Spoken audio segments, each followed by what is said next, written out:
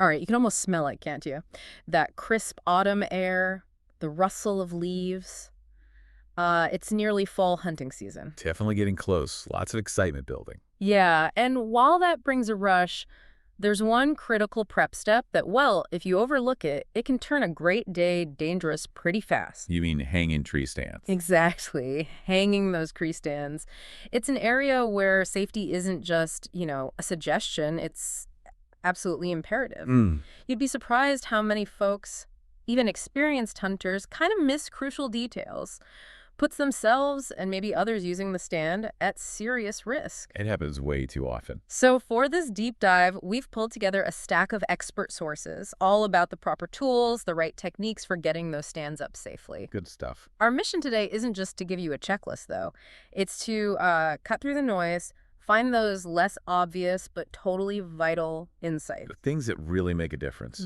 Right.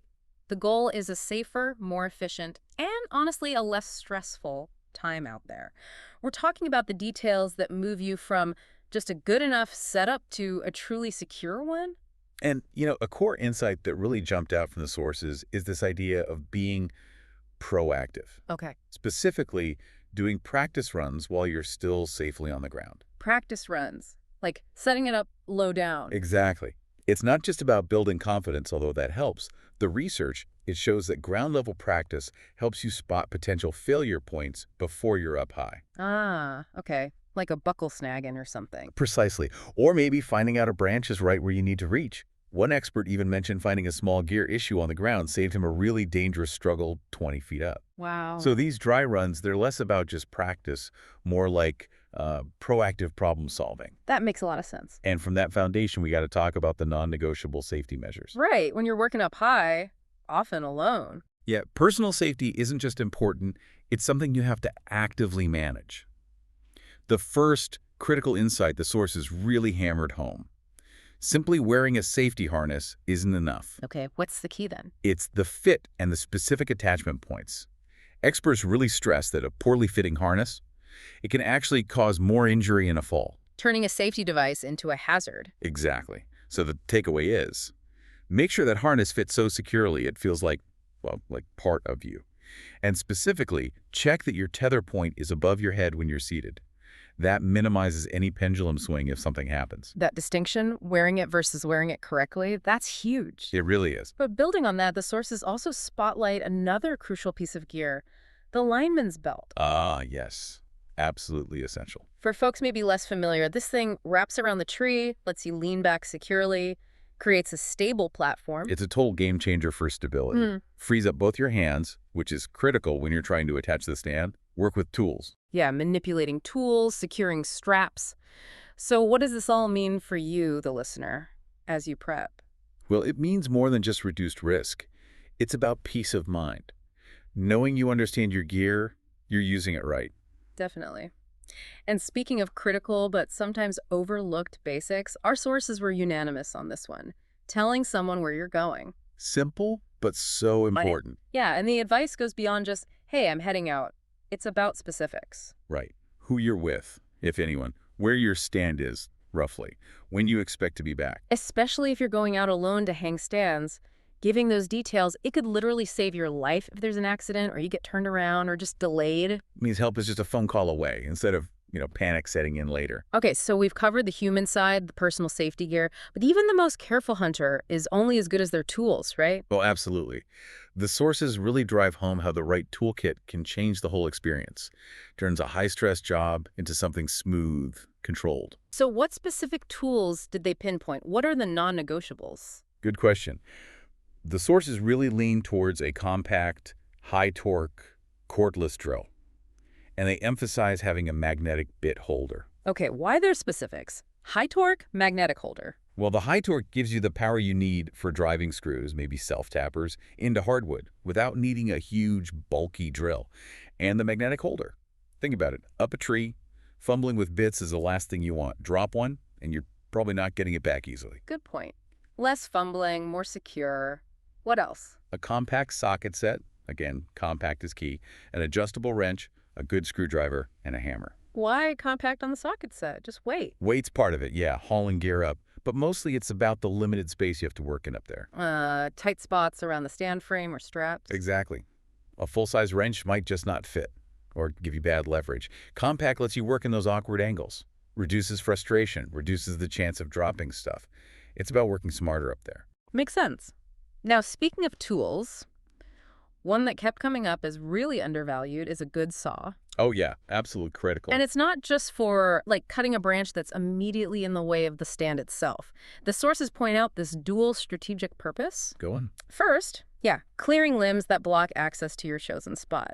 Right. But just as important, using it to cut clear shooting lanes. And meticulously taking out branches that could mess up your shot or even snag your bowstring or you. That's a huge one. And for really tough spots, some guys even bring a small, maybe battery-powered chainsaw. Right. And connecting this to the bigger picture, that saw work extends beyond the stand site itself, doesn't it? It really does. Clearing the path to and from the stand. I mean, you read accounts of hunters tripping on roots, getting tangled in thorns in the dark. It's not just annoying. It could be dangerous. So clearing the path helps how? Well, practical benefits are huge. You cut down on leaving your scent all over the place every time you walk in and out, and you avoid getting scratched up by brush and briars. A clear path just means easier, safer access every time. And honestly, you arrive in a much better mood. That's a brilliant point about clearing the approach. Easy to overlook. Okay, let's shift to some pre-installation conveniences, things the sources say really pay off later. Yeah, like installing gear hooks. And maybe a rope pull-up system when you hang the stand. Instead of waiting for the first hunt day morning rush. Exactly. Think about it. You've already got your tools out, you're focused on the setup, you're not rushing to get hunting. It just makes sense. Set yourself up for success and safety right from the start. And this loops back to that core principle we keep seeing. Don't trade safety for convenience, even with these smart pre-installs. So how does that apply here? Lifelines. The sources consistently push lifelines as a major safety upgrade. And it's not just any rope. Right, there's a difference. Yeah, they distinguish between just a safety rope and a true lifeline system. Often uses like a prusik knot or a rope grab device. Okay, and the benefit of that system is it lets you stay continuously connected to the tree. From the second your feet leave the ground till you're back down. It locks instantly if you slip. That's the real game changer for active safety. Not just catching a fall, but being secure the whole time. That continuous connection, yeah, that's vital. Okay, another specialized tool the sources mentioned, this tree stand hanging device. Oh yeah, those are handy. Explain how that works. It basically holds the stand in place for you, holds it tight against the tree while you deal with the ratchet straps, the buckles, all that stuff. So it frees up your hands. Totally. Lets you really focus on getting those attachments perfectly secure instead of wrestling the stand itself. Makes the whole process safer and less awkward. Makes sense. Now, for optimal setup, getting the placement just right. Right. The precise measurements are key here. And that's where a rangefinder comes in, surprisingly. A rangefinder. For hanging the stand, I thought that was just for judging shot distance. It is, but smart hunters use it during installation too, to comfortably and safely figure out optimal shooting lanes and distances while you're setting up. Ah, so you know exactly how far things are. Place the stand strategically for clear shots. Exactly. And helps you avoid over-clearing branches, which can actually make your stand stick out more. That is smart. Okay, shifting to personal comfort and just getting around. Lighted trail markers. Yeah, those little reflective tacks or lights. Brilliant for finding your way in the dark, both morning and evening. Minimizes the risk of taking a wrong turn or stumbling. Definitely less stressful in the pre-dawn dark. And can't forget this one, insect repellent. Oh, absolutely essential to fight off all those little critters trying to eat you alive out there. Yeah. A small comfort, but makes a huge difference in your focus and patience. Totally. And speaking of comfort and protection, good clothing. Right, not just camo. No, durable pants, long-sleeve shirts, gloves. The sources point out they don't just protect from weather, but all those annoying scratches, scrapes, insect bites. Stuff that can break your concentration. Exactly. It's about minimizing distractions and just being more comfortable when you're trying to be still and quiet. Okay, let's kind of wrap all this great info together. It's fitting, actually, because September is Tree Stand Safety Awareness Month. That's right. And there's a really easy way to remember the absolute core essentials. A quick mental checklist. The ABCDs of tree stand safety. Yeah, it's a great mnemonic, simple and covers the bases. So here they are, straight from the experts. A, Always remove and inspect all your equipment before you use it. Not just a quick glance. No, meticulously check everything. Yeah. Straps, buckles, cables, the stand itself. Look for wear, tear, rust, damage every season, every single time you use it. Don't just assume it's okay because it was last year. Okay, A is inspect. What's B? B, buckle your harness securely. We talked about this. It's not optional, it's fundamental. And proper fit is crucial. Got it. Buckle up. C. C, connect before your feet leave the ground. That means using your lifeline or safety rope system. Stay tethered from the moment you start climbing until you're safely back down. No free climbing, ever. Never. And DD destination, share your stand location for each hunt. Always let someone reliable know precisely where you're going to be hunting and when you plan to return. A, B, C, D, inspect, buckle, connect, destination. Simple, memorable. Covers the critical points.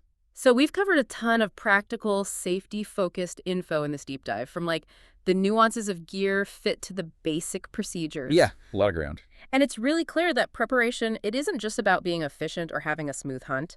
It's fundamentally about safety, making sure everyone gets to enjoy the season and come home safe. Absolutely. And what's really fascinating, I think, is how this deep dive into one specific activity, hanging a tree stand, shows something bigger. How so? Well, this meticulous attention to detail, this systematic approach to safety, it's kind of a microcosm for critical thinking and preparedness in, well, lots of areas of life. Huh. Like methodical planning, risk mitigation? Exactly. Those skills are valuable everywhere, way beyond just the hunting woods. That's a great point. Which brings us to a final thought for you, our listener, to maybe chew on. Okay. Beyond the personal safety you ensure with all this, how does your meticulous attention to these safety protocols impact the responsibility you might feel for, say, friends or relatives who might borrow or use your stand? That's interesting. The shared responsibility. Yeah, and how does that collective commitment to doing things right, to safety, enhance the well-being of the entire hunting community? Something to think about. That ripple effect of your own actions and your commitment to learning.